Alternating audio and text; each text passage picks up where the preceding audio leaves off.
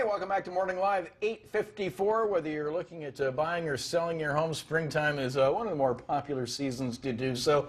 Alison, Walsh, and Volk from Walsh and Volk are here with stuff we need to know in this. Because, of course, most of your listings, well, Burlington and Hamilton, but most of your, what, you have 60-40? 60-40. Towards Burlington. Hamilton, yeah. But we're in a seller's market in both districts, aren't we? Yeah, Absolutely. very solid.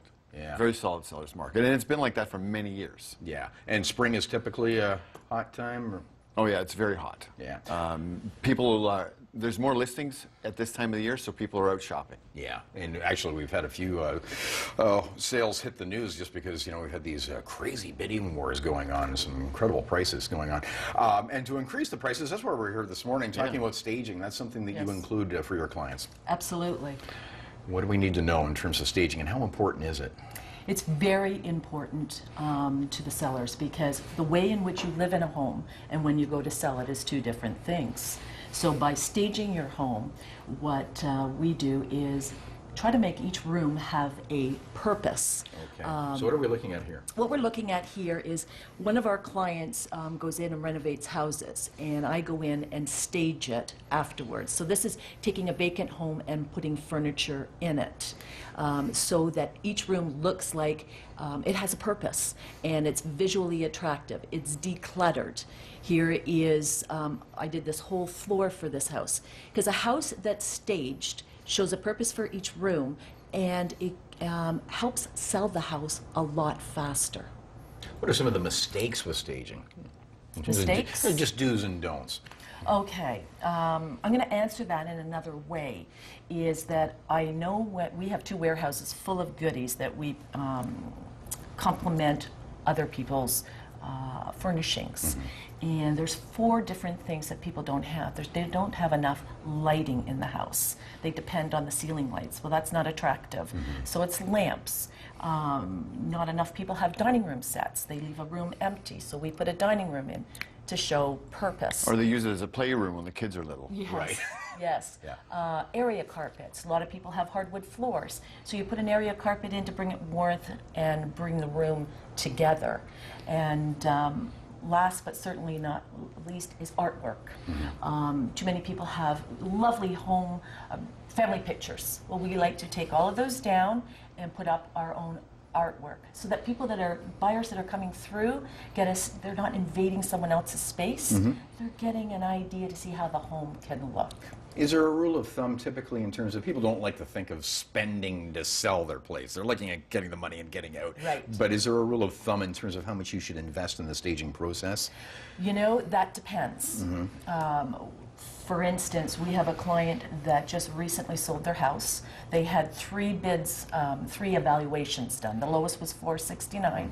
Ours was $539. We asked them to spend $5,000. As a result of them spending that $5,000, taking our advice, they achieved $50,000 more. Yeah. So each case is Unique. unique. So there isn't really a rule of thumb. Yeah. Yeah. Well, again, the before and afters, and there's a great example right there where you can really see the difference. Yes. And you talked about the clutter factor. You know, you immediately address that.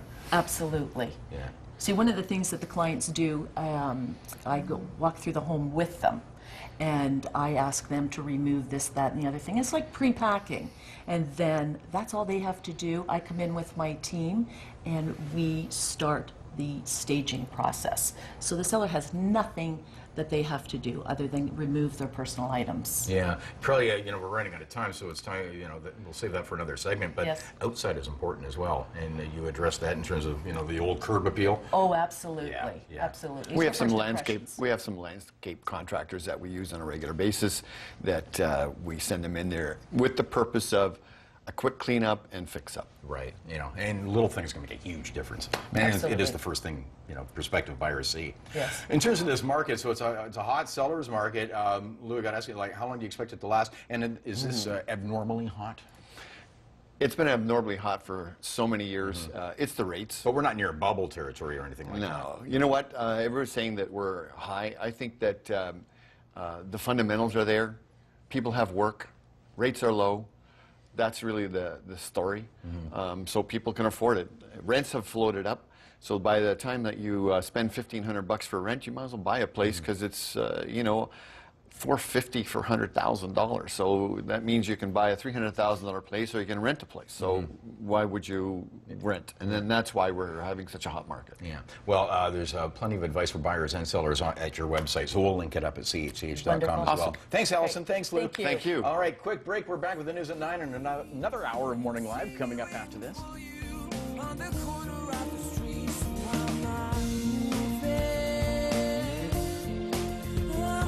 Tonight on the